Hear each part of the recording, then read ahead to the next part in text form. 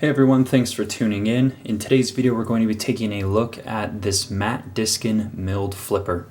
And before I start, I just wanted to thank Vince at Fort Henry Custom Knives for allowing me to borrow this one to do a video with and check out. So thanks so much, Vince, greatly appreciate it.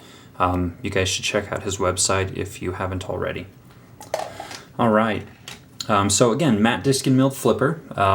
Now when I first heard of this knife, I initially assumed it was a mid-tech of sorts where he outsourced most of the work and just did final touches, quality control, and sharpening of the knife. But upon corresponding with Matt via email, I found out that he does in fact do all of the work on this knife in-house, aside from the initial blade grinding. So heat treat, materials, milling, everything he did himself. So, you know, it's not quite a mid-tech by definition. It's not quite a custom knife where he takes the order. It's more like a limited, small run, custom mid-techy knives. I don't know. Doesn't matter. Anyway, that's the build process. That's how this one comes to fruition, essentially. So a lot of work done by Matt is, I guess, the main point in that regard. So anyhow, Matt Diskin, been around for a long time. He has a few really popular collaborations with Kershaw, including the Strobe and the Hunter, or the Diskin Hunter, that is. Now his website is down. He's currently building a new website, so that will likely be the best place to follow him. He doesn't really have a social media presence, but his knives are quite popular, and you know, at least Fort Henry Knives is one of his dealers, so you can always go there to look for some of his work. Alright, so we're going to go through specs, overall impressions, details, you know, kind of normal format. So let's go ahead and jump into the specs.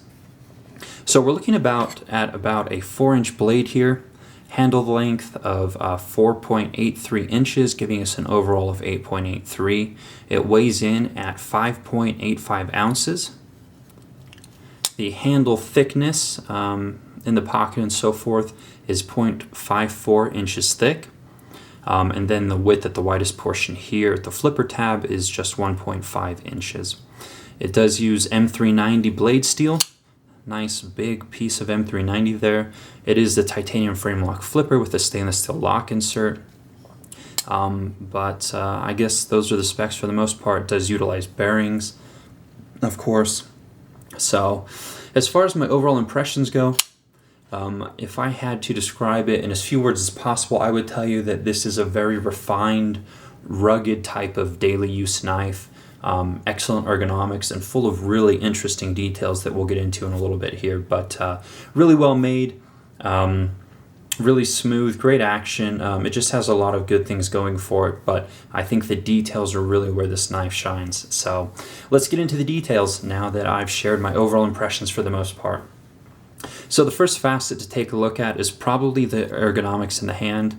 I did take this to a local Utah knife meetup for knife enthusiasts, and about 6 or 7 different guys handled the knife, and they all commented on what excellent ergonomics it has. So as you can see, you kind of have this large cutout or choil here of sorts. The flipper tab acts as a guard, plus the natural shape of the handle follows the contours of the hand quite well, and it is a little bit thinner kind of in the hands, but it just melts in your hand really, really well. So I do wear an extra large glove, and it fits my hand just beautifully. So anyways, I really like the ergonomics on it. If you ever found a cause or need to use it in the reverse grip, it is equally as comfortable. So just a really well put together in terms of ergonomics style handle. And a lot of Matt's designs do carry the same type of design or ergonomic composition. So really excellent. All right, let's talk about the flipping action. So as I mentioned, it does use stainless steel bearings or ball bearings. I believe they're stainless steel. Very smooth. The knife has actually broken in quite nicely in the 2 weeks that I've had it. Action, as you can see, is excellent. So yeah, really solid deployment, really smooth. This is a fun knife to play with, and it deploys readily should you ever need it quickly. So yeah, great flipping action. Now with the low profile flipper tab, it does use the light switch. You can't really do a push down because of that low profile, but the benefits of that are, again, it's only 1.5 inches thick, doesn't really kind of protrude in the pocket at all, and it does have some nice jimping and so forth, so it catches the thumb. Excellent. So anyways, now let's talk about one of the most interesting facets of the knife. And so we'll need a little bit of extra lighting here. Hopefully this doesn't wash it out. But what we're taking a look at here, if you can see it, there's actually there's a secondary spring bar with a detent ball here on the right hand side, and then of course the lock bar has a detent ball as well. And so when I initially got this, I thought, oh, you know, it must have a double detent type system for stronger flipping action, but upon taking the knife apart, I found out that there's only a detent hole on this side, and this side does not have a detent hole. And so what you have here is essentially a completely separate detent spring bar and detent ball that does not affect the lockup. And so I asked Matt about it via email, and basically what he said was that he went with a secondary detent on the opposite side to disassociate the detent with the stainless steel lock insert, because with the way that he set it up, if there was any shifting in the insert or the lock bar over use, then it would negatively affect the detent, the way the detent's set up. Because if you think about it, that tiny little ball in there has to meet up with the hole perfectly, otherwise it's just not going to function very well. So anyways, he said the other added benefit was that let's say you have you're putting pressure on the lock bar when you flip it, and this is something that has come up quite often lately with the ZT knives, but you can put pressure here on the lock bar and it does not affect you're not putting pressure on the detent ball and the detent hole. So any additional pressure here on the lock bar doesn't negatively affect the flipping action. So I'm going to push down as hard as I can. That flip just the same as if I had not. So really interesting feature. I thought it was really innovative. I don't know if Matt is the originator of this system, but this is the first knife that I've seen it on. So I thought it was really, really cool and certainly worth sharing with you guys. So anyways, that's one of those details that really sets this knife apart and makes it quite interesting. So yeah. All right. Now the blade, quite a generous slab of M390 here. It does have a flat grind, and the blade finish was given what looks like a polish followed by a stone wash. So it is a little bit thicker stock here. We're looking at about 0.184 inches or 4.67 millimeters here at the top. So fairly thick stock. Down behind the edge, it comes down to 0.02 inches or 0.508 millimeters. So the flat grind takes it essentially from a nice thick stock down to a nice thin edge behind, or a nice thin amount of steel behind the edge. And this thing actually went through boxes much easier than I anticipated. I think due in part to the excellent edge put on it, plus the polished flat grind. Essentially, I think that helped too. So it didn't really catch on anything while doing some cutting of boxes and so forth.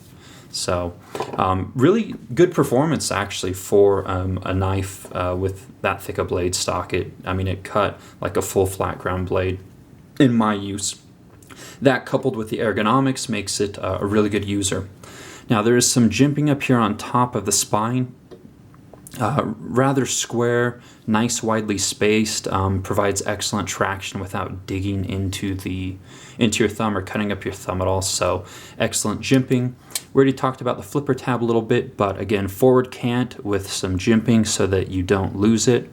And it's probably the best low profile flipper tab that I have used. So well done in that regard. Now the handles, I think these potentially might have been polished first and then given a stone wash, but again, it's a really classy, it feels really good. It feels like a polished finish, but it's actually more of a stone wash, so it should hide wear quite well. And this is why I said it was both rugged and refined. Just the finishes that he used throughout the knife, it shouldn't show wear at all. And it just feels very smooth, very premium with everything all the way throughout. So Kind of a plain titanium coloration. Then you have a backspacer, also kind of gear pattern, titanium as well. Pocket clip, also titanium, same color as the backspacer here. And then the filler tab for the pocket clip. So yeah, just feels really good in the hand. The milled lines here do provide a little bit extra traction as well as a very nice aesthetic detail, so certainly a dual functionality there. Alright, the lock bar, one of my other favorite aspects. I absolutely love this style of lock bar. I don't know what the technical term for it is, maybe it's guild or whatever the common term is as well.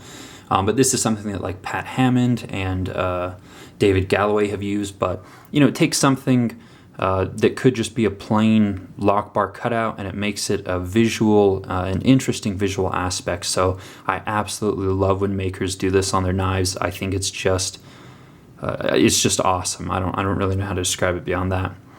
Then you do come to so this is technically a frame lock, but as you can see, the frame ends here and then the stainless steel lock insert begins and goes all the way up to make contact with the tang of the blade. So it almost looks like a sub-frame lock, to be honest, even though it is a frame lock.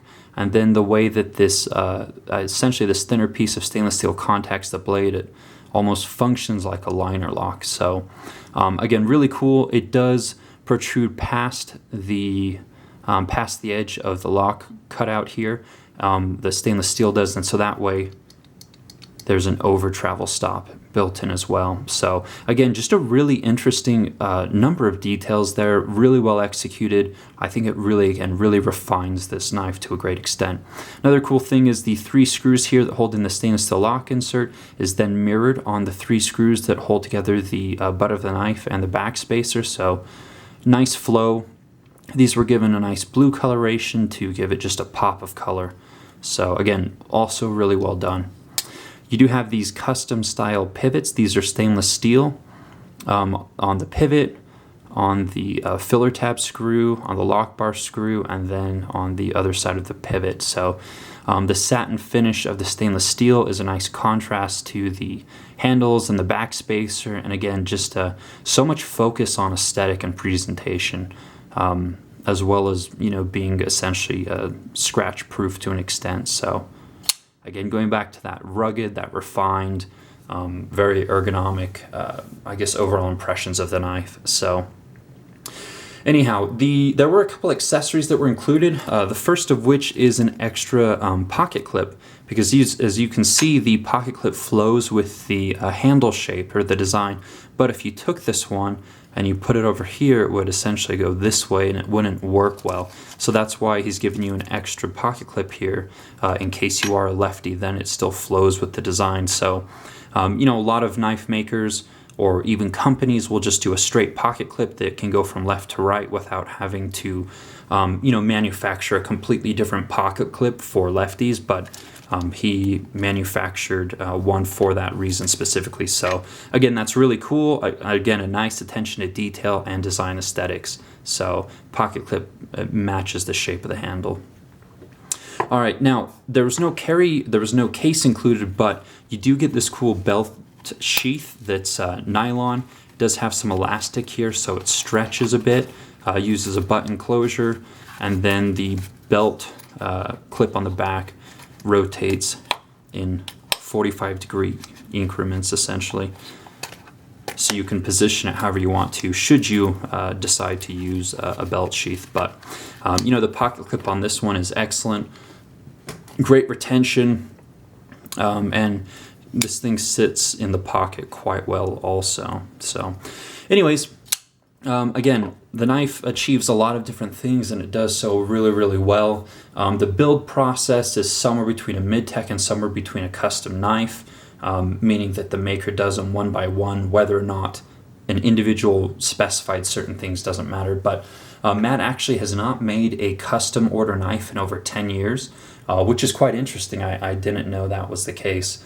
So if a knife in this size and this weight works with your carry needs and your wardrobe, you know, jeans versus slacks and so forth, then I think that this would be an excellent one to add to your collection or even pick up as your sole user. So yeah, really cool knife. Thanks again to Vince at Fort Henry Custom Knives. If you guys want this knife, he does stock them there.